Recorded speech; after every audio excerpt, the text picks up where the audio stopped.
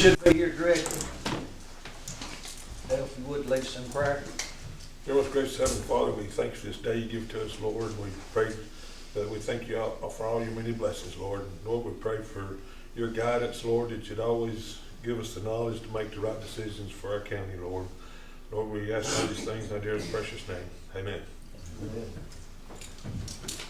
I pledge allegiance to the flag of the United States of America and to the republic for which it stands, one nation, under God, indivisible, with liberty and justice for all.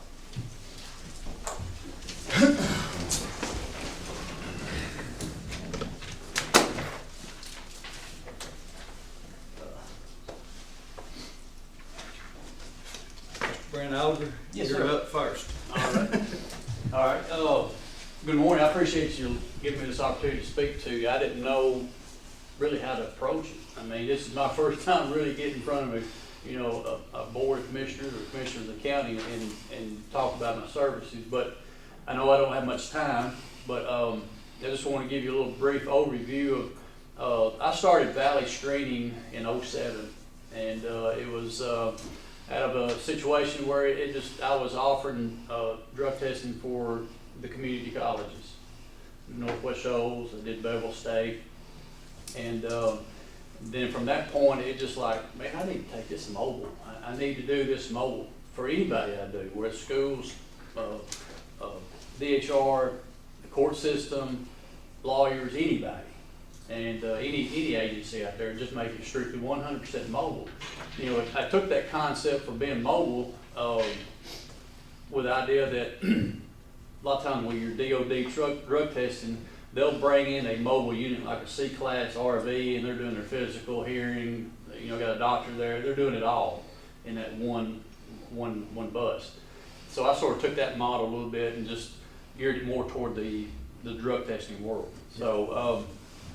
Anyway, I just wanted to come in here and so that's sort of how the business has started. It has grown since then. It's I'd say probably in the last 5 years that, it's really seen the growth as far as, really going out there, getting the manpower, getting my plan, getting my, goals and stuff as far as what direction I wanted to go in. So, so what we do is, our clients, they call us. We take care of their new hires, the post-accident. We're a third-party administrator. All these clients will send us their rosters, their employees, their team members, and we put them in a system, and we generate those randoms for you, and we keep up for that. And I know in the DOT world, that's where it gets a little sticky, a little tricky. And but what we try to do is, try to take that burden off the client that we're working with. That's Yes. when it comes to that. So we do it all. We do urine. Urines are probably our biggest, as far as collection service we do. We do hair. We do saliva. Don't do much saliva, but we do the hair testing, and we do DNA screens also, and background checks. I think the service that we do offer, we go above and beyond. But we're not just there collecting the specimen. Whatever company that we're working for. I'll just use an example for DHR. Every Christmas, they've got a group out, the surrounding counties close to Huntsville. I don't know if you've heard Kids to Love. It's a group that's, they collect toys, and what we do is, I'll offer my vehicles. We'll go with them to Kids to Love, and we'll load up them vehicles. And we'll bring them back, bring them to DHR, or we'll distribute them out to the kids. So, I mean, just little things. We just don't just collect people. Anything that they need, we do. If it's reasonable. Yeah.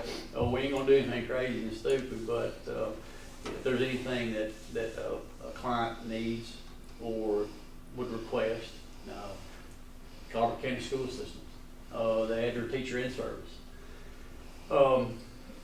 They asked me to come up there and just talk about drugs in the high school. What are you seeing? And of course, my presentation on that is a little different, because I'll bring in devices that I've confiscated off individuals over the course of a couple of years. And they said they had no, man, they do what? They sell that in the convenience stores? things like that, just these teachers out here, they had no idea that they sell fake teeth. I guarantee you, any of these convenience stores that you got here in Hamilton, I guarantee you walk in there and you're gonna see where they're selling fake urine. They do it. It happens. So, just being able to educate not only the students, but the teachers as well. So I'm gonna pretty much open it up. I'm sure y'all have got questions about what I do, maybe. And maybe I just didn't know how to approach it, didn't know what to bring. I did put together an informational proposal. It does have some prices in there that I've sort of got geared toward you guys. So before I leave, I'll give you that proposal. If you want the proposal now, I'll give it to you before you ask questions. You can leave it with us and we'll. Okay, all right. So I'm gonna open it up, I guess, to you guys, if you got any questions. I know the cost, I think I'm reasonable with the service that we offer.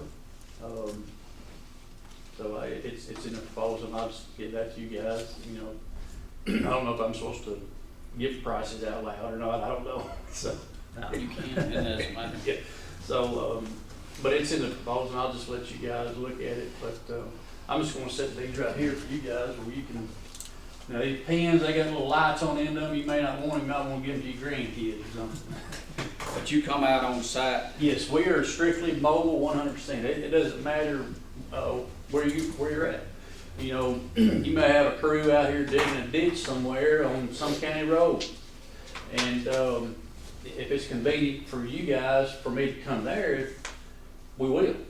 But typically, if there's an incident or something going on, then usually that supervisor will bring them to the department and we'll just meet here at the department. But yes, we come on site. You mentioned the fake urine, y'all detect that? Well, we implement a protocol where it's sort of like modified observed, and you can tell. If the guys and gals are trying something that it's go by obvious. the temperature also. Yeah, we go by the temperature, but this fake urine that they sell out here on the shelf, I mean, it's a bottle of urine, the pH, the creatine, all of it's in check, but it's got a distinctive color, but it also comes with a packet of hot hands and a rubber band. I've never heard of it. It's called UPass. Yeah, but it's out there. I've Yeah. seen it. But there's tons of devices out there that people try. My company prides itself on my techs when I train my techs to look for certain things, and it's almost like a high to them. It's almost like a drug to them when they catch somebody. Yeah. Because it's just like, yeah, good try, but we got you. But they'll try it. They'll try it. You're a big enough company and have enough employees that if we have an accident, you can get somebody Right, yes, there. actually, I'm in the process right now. I've got one individual on board that has done some drug testing for a doctor in this area. So he's gonna be on board with us, and I've got another lady that lives in, she's on my board of directors in my other company, but she lives in Hackleburg. She's from Hamilton, but she lives in Hackleburg. So I'm gonna have two individuals here that's gonna cover. There's no way that we can travel from Tuscumbia and be able to respond in a lengthy time that's beneficial for y'all. Yeah. Our goal was try to respond within 20 minutes of where you're at. Typically. Yeah. I'm not really looking at Marion County as far as how big it is, but like Lauderdale, I guess you guys know this, but Lauderdale is the longest county in the state from east to west. So could you imagine if I'm living in Colbert County and having to get in the Waterloo? I mean, that's 40 minutes, regardless. And that's out there in no man's land. That's when the banjos start playing. We got a lot of country like that. Yeah. But I did prepare a little information proposal, and it goes pretty in depth, and it's got prices on that. I think I'm pretty reasonable. It's I charge $40 for DOT or non-DOT. It's just straight $40, and the only time it gets a little tricky if it's Of course, you know, with DOT, you got your 5 standard substances that you're testing for, but as far as non-DOT, or if you get some allegations or some reasonable suspicion that they're doing something, an odd drug, bath salts, kratom, I have to look on that list. You'll see the list in the appendix A in the back. There's some substances out there that does cost a little bit more on my part to analyze and send to the lab. But if the volume is there, if we, able to get the count, if the volume's gonna be there, I can absorb some of those extra charges and we won't charge any extra. If that's something that we're really looking at, that's odd that happens. Yeah. We only see that in the DHR world because we test for everything. I'm talking about all of it. Because you never know what the jokers are taking. Brent, do you do the training for the reasonable suspicion? We can, yes, we do. So y'all have that hour of each in each? Yeah, it's like supervisor training, like you got your supervisors, and I'll come in. Right. Yeah, I'll come in and I'll look at your little sheet, your little reasonable suspicion sheet that you got to note and take notes. You got your supervisors watching people. You got to have some good ironclad proof. Yeah, typically we've had a time or two we do the initial and have a reviewer come in looking, kind of 2 people Right. look at it. Right. And you just look at it. Then if you feel that, all right, guys, I think this is something we need to We've implement got the to drug have an testing. hour of training in drug and an hour in alcohol to be eligible to do that. That's right. Reasonable Got suspicion. no problem. That's and there's no extra charge for that. Right. That's just part of the service that we offer to you. Okay. So yeah, we'll come in. I do that for businesses all the time. I've even done it for a small group, a business that had 12, 13, 14 employees. I've come in and just sort of done a little drug education just for them. But also I've done drug education or what to look for as a supervisor, someone that's in charge of a group of people, and done training like that. That sort of keeps everybody on the same page, I guess you would say. Yeah, but I can do that, no problem. Do it all the time. Right. I like teaching. I like getting up and presenting. I like telling stories, and I try to make it fun because I've been in conferences, been in meetings, and then all they talk about is statistics. Golly, it just drives you bananas. You just sit there just dozing off. I'm not trying to bore people with statistics. I want to try to give you some real life, scenarios. I want to let you know. I try to make it fun. Try to make it interesting because you got to do it. And while we're doing it, well, let's make it fun. Let's make it interesting. I don't want to bore you to death. It's like, crap, here he comes again. I don't want to be that guy. Any other questions? Comments, questions? I'm going to give you this proposal.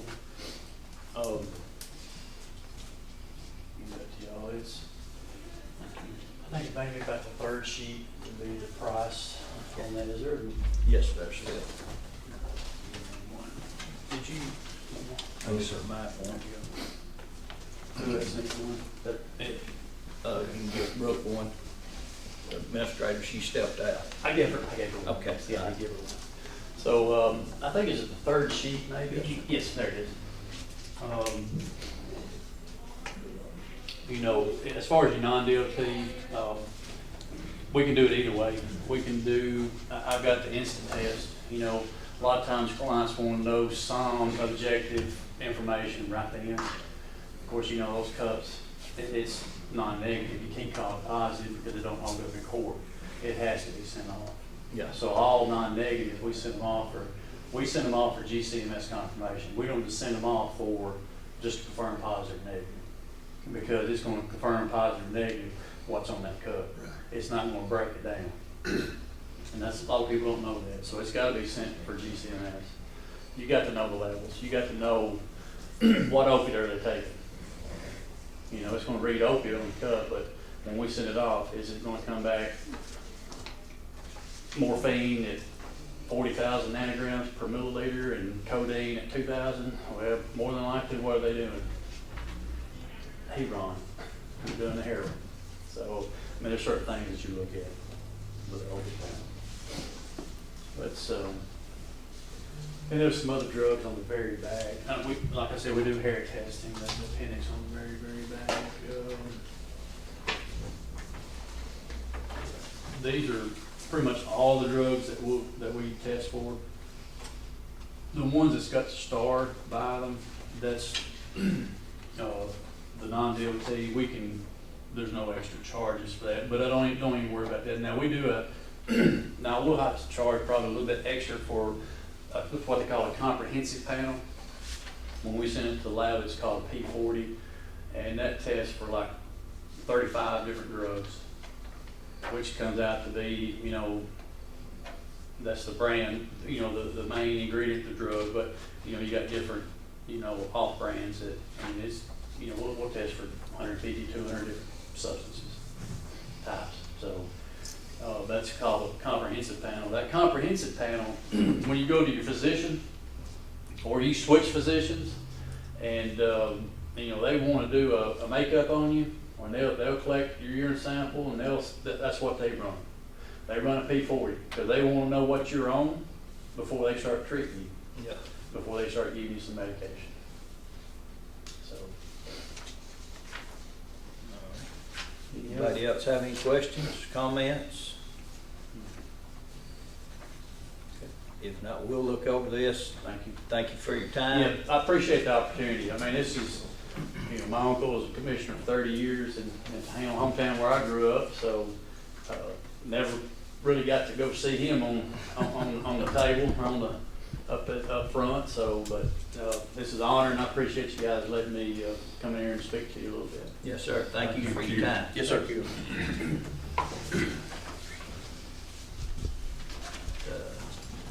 Mike Chapel. Good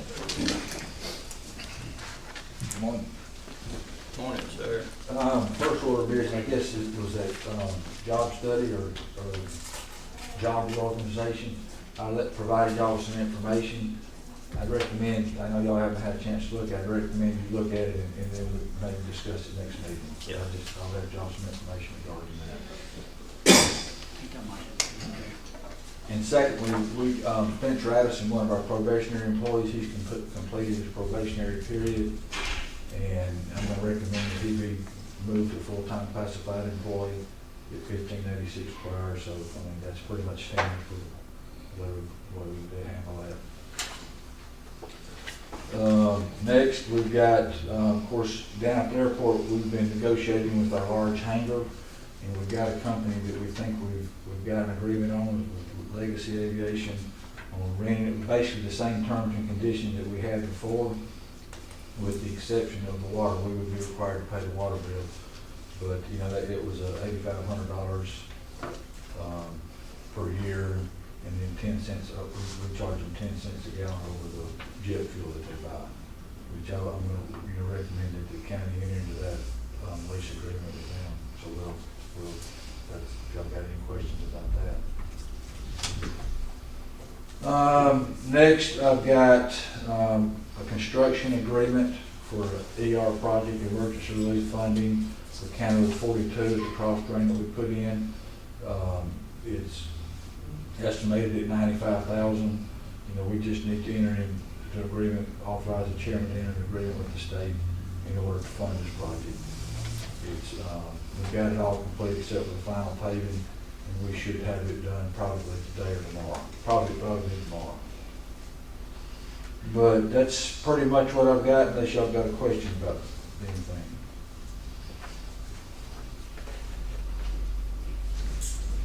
Okay. All right, thanks.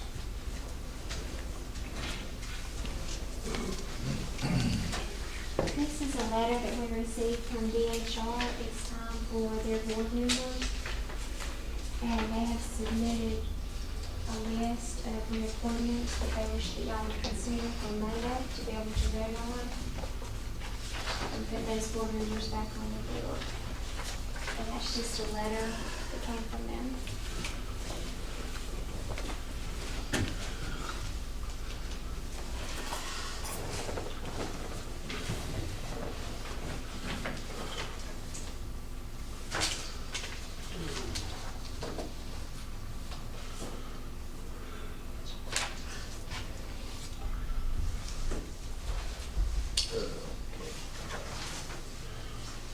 Jimmy. Morning, gentlemen. I just want to come in front of you right quick and explain some grant opportunity that we got.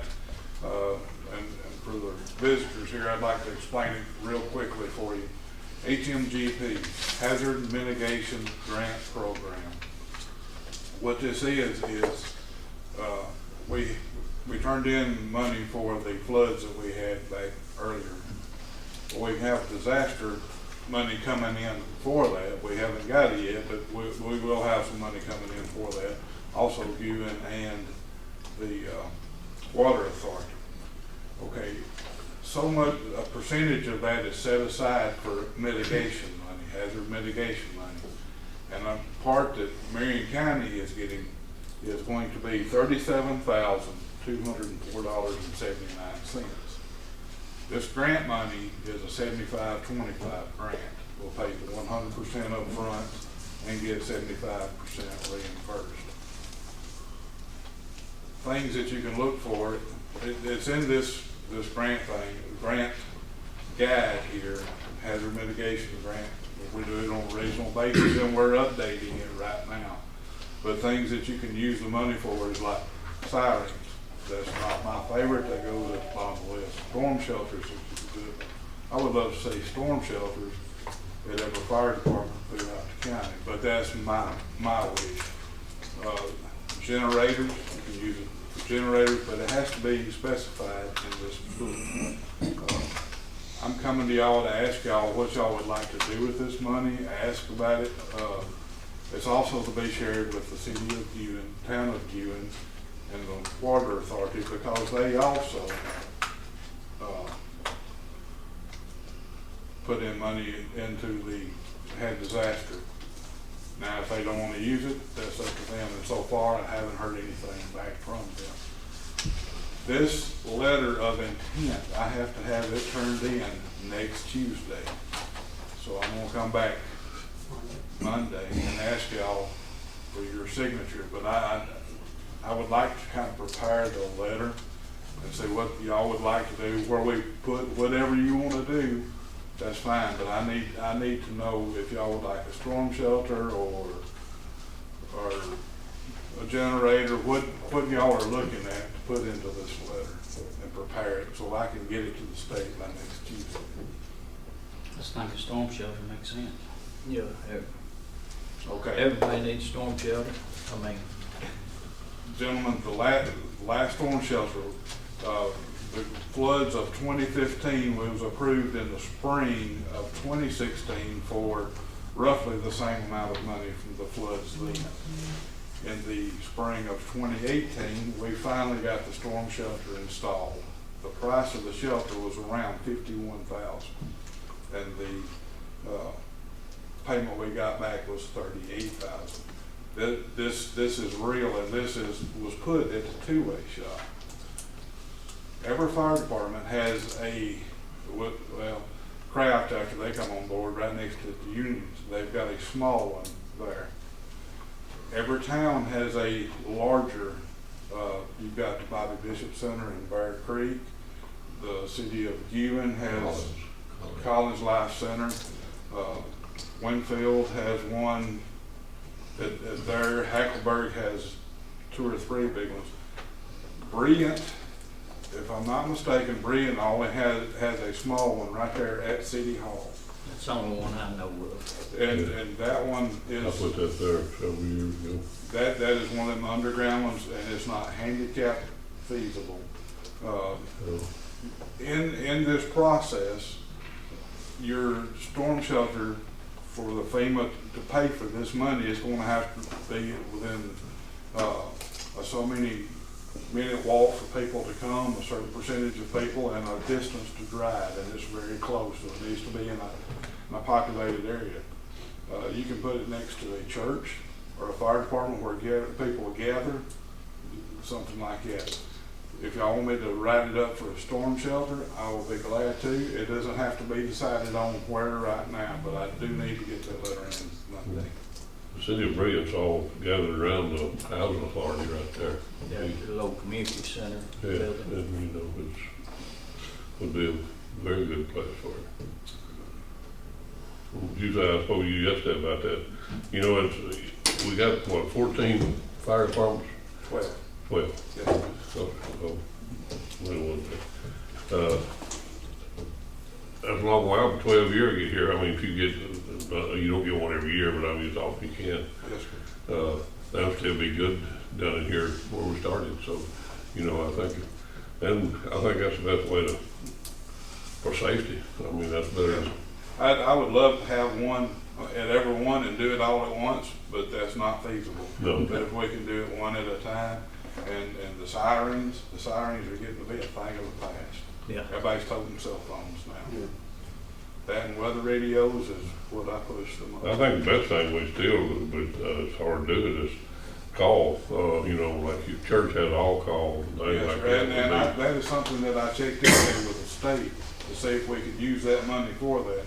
But because it has a reoccurring fee annually, they wouldn't let us do that. Yeah. That's something that I would really love to see in Marion County. Well, you'd have to go to cell phones with that. I mean, because everybody leaves home. It can even ring your home phone. That's what, but most people are going home Yeah. during the day working. Mhm. In my opinion, it would be on storm shelter. I know we have no, we can't vote, but I think everybody'd be in agreement on All storm right, shelter. I will prepare a letter then, and bring it back in front of y'all then Monday. And watch the weather this evening. Supposed to be very hot today, and more chance of storms this afternoon. Thank you, gentlemen. Thank you. Thank you. Guys, I want to discuss with y'all a little bit about your general fund and accounts payable and receipts.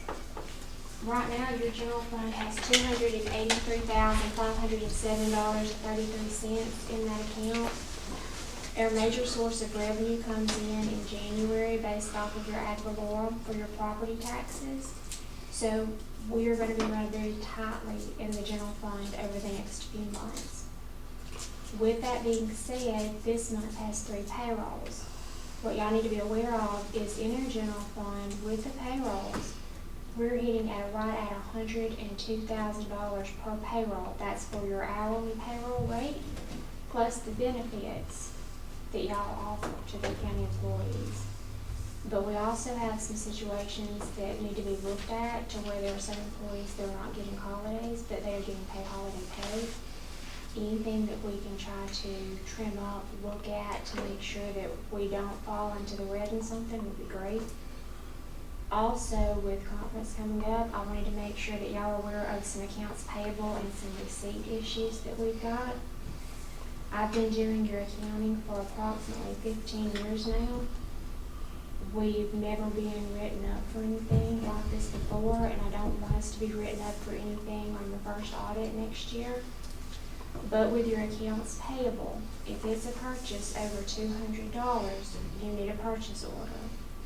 Credit card can only be used for travel, for reimbursement. It can't be used for making purchases for an item that's not your hotel room or your food. Receipts for all accounts payable are supposed to be signed, detailed, itemized, and must have the employee's signature and can be only for the county employee and not for other individuals. And we have situations to where we've got people working on stuff, they're signing their name to bills that are in our accounts. That's called borrowing our name and our credit, and you can't do that. So if somebody's working on stuff for you, then they need to have their bill in their name, and they need to bill you for it, or one of our county employees needs to go pick up that part from that place, have that receipt signed, turn that into us, and then give that part to that person who's putting it on your equipment or items. Now, this is in our county handbook. It is also on a memorandum that was passed out in 2007 that I have a copy of. But we need to make sure, especially right now with our general fund being so low, that we make those practices happen, and also so that we're not embarrassed next year when we have audit. The other thing, y'all look at your road departments. This doesn't include your district funds, but this is your triple R, your secondary, and your road construction right now. Those balances combined are $808,284.58. Payroll right now per month is $45,000 for that department. Now, when I go to work on budget, what I would like to do is give y'all a spreadsheet, but also give y'all a diagram that shows each department and where we're spending the bulk of our money at. There are some things that we're gonna have to cut out to be able to survive in the different funds.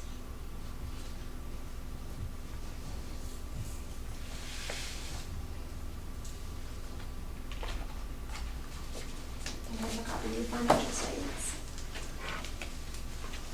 as of July 31st.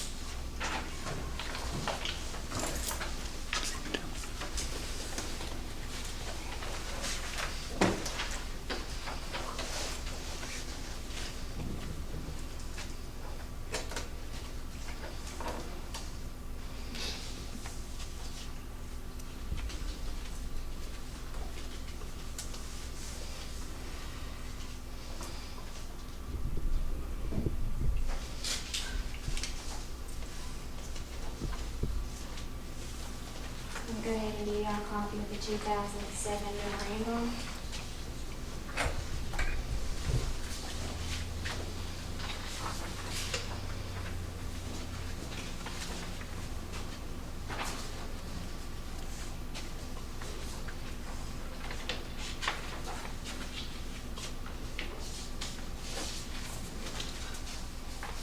Now we printed off one copy of the county handbook that discusses the expense reimbursements. Would y'all like to look at that and just pass it down the line? Also, in the general fund, the expenditures were close to $300,000 for this month, for July. But $200,000, that was for payroll. And it was a payroll month where there were holidays and people were getting paid for that holiday pay, but also having to work. Let me ask a question here, you talking about this, Marion County purchase order must be presented by an authorized county employee. I'm working on my, shed around the fuel tank, and, I need some metal to go on the top of it. Do I need to go get that instead of let the man building it get it? Yes. If it's gonna be an account where it's gonna be charged in your name, they So I need cannot. to make sure that we have an account with that person. And then we need to go and pick it up and sign for the So we receipt won't rather do than it, okay. them. All right, thank We've had several bills turned in recently where it might come from an account set up at a store, and it's an account in somebody's name, but instead of giving us another bill, they're wanting us to pay on their account, and we can't do that. We're tax exempt, so we've got to make sure that we protect that when we make purchases.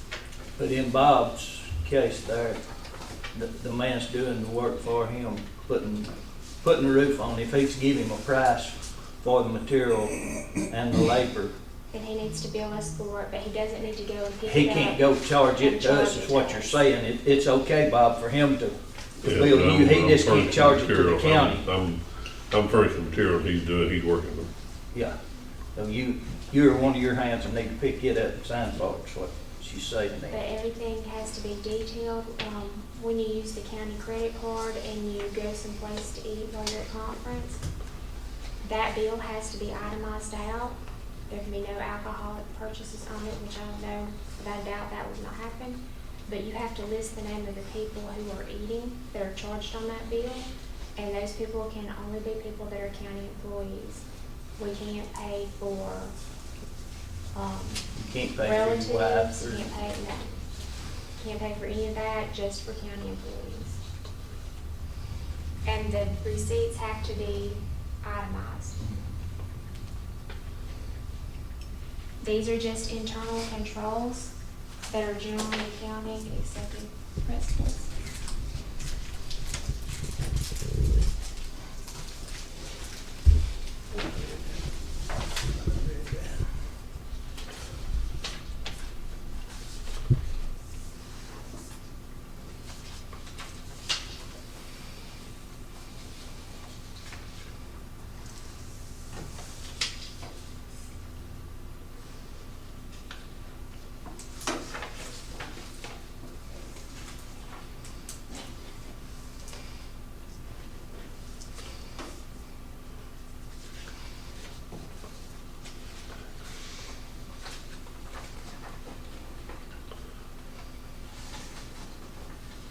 that all you have, Brooke?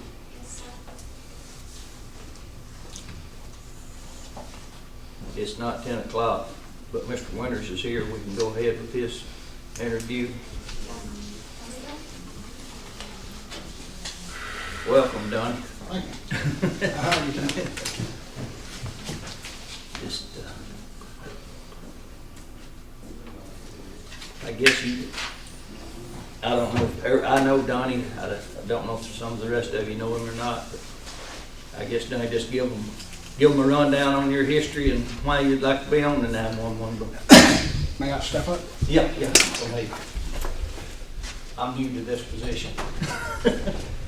Well, I have, of course, I've lived in Fayette, Marion County all my life. My wife was director of 911 until she retired a few months back. I know how 911 works. I know what is required of 911.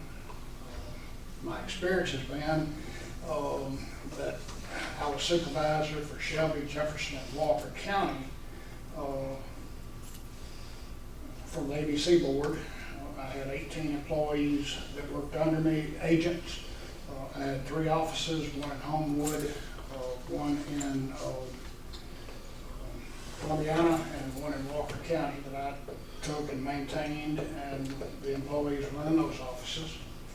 I have worked law enforcement in Marion County since around 1979 or 1980, give or take. I started out in the city of Winfield, was hired with the county, worked for the county about 8 years, and went to work with the state of Alabama and worked with them for 26 years, and I retired as lieutenant with the state of Alabama, and as I said, supervisor for those 3 counties over there. I honestly believe that a person that's on the board should have some idea of how it works. They should have some idea of what needs to be done and how it needs to be kept up.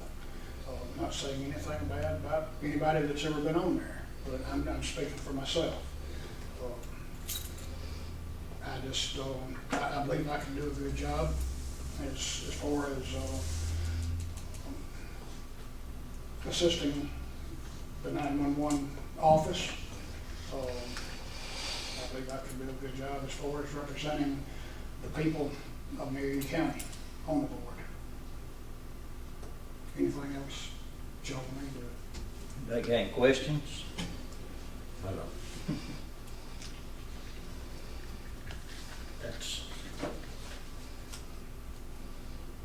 We appreciate your time, and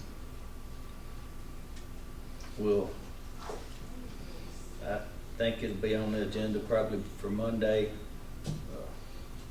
and we'll go from there. Okay. Any other questions? Holler at me. Thank you.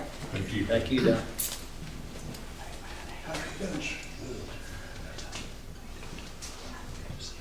doing? Mr. Wade, you can give us your story.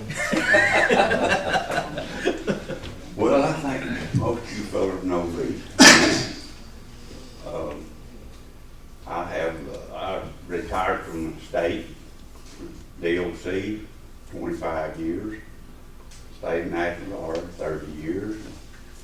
So I kind of pretty well know, a lot of things about what goes on.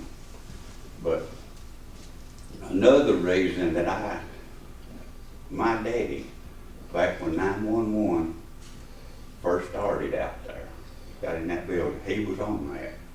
And he went out there and worked on the building and everything, and I thought then, I said, one day I'd like to serve on that board. And so, of course, he's 93 years old now and assisted living and don't know nothing about it, but that's what I always kind of had that in mind. And I live right across on the corner over there from 911. So that's, pretty much, I've been around here all my life. So, anybody got any questions?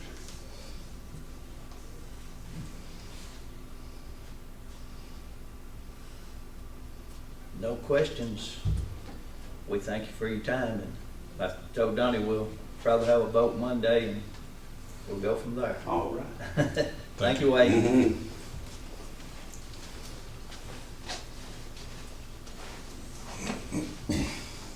Tracy, you're not on the agenda. Do you want to speak to us? I'll just try to make my rounds and get back and visit with you as many times as we can in case you got any questions, because I talked to a lot of you in between meetings. We're still working on some projects. Jimmy brought up the storm shelter earlier. I've been redirected in another direction on our efforts to try to get a welcome center that we could possibly let serve as if it's redesigned, to serve also as a storm shelter. And if we can work that out, then FEMA would cover 90% of that cost. And Mr. Cooper, the head of the DOT, has assured me he first told me we wouldn't have money to build that project. And I explained to him all the money we've already got invested in land purchase, larger water lines that the state wanted in that were installed. We pay to have the lines flushed every month. The design work has been done, so I gave him a figure of what it looked like we had already invested and continue to invest in flushing the lines every month. But I asked him, I said, if we find other resources, will you build it for us? And I'm confident he will if we can make this other work. So we've been working with folks at the federal level, and I made some more phone calls yesterday at the state level, trying to see if we can bring that about. I want to get with Jimmy too, trying to talk to folks with EMA yesterday about some potential additional grant monies for storm shelters that we might could get in addition to what he was referencing earlier.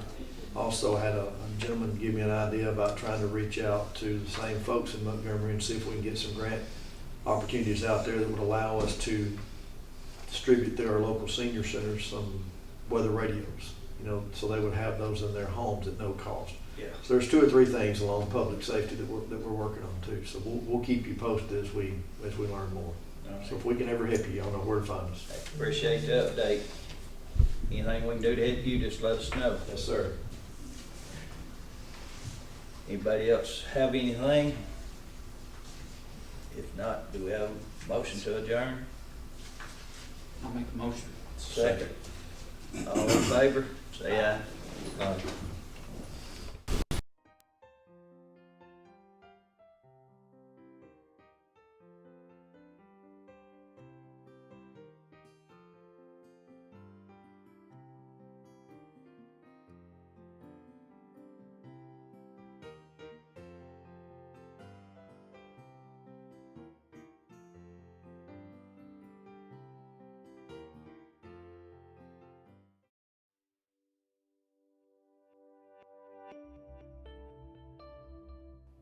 Don't forget to like and subscribe to our YouTube channel at www.youtube.com/49 County News TV.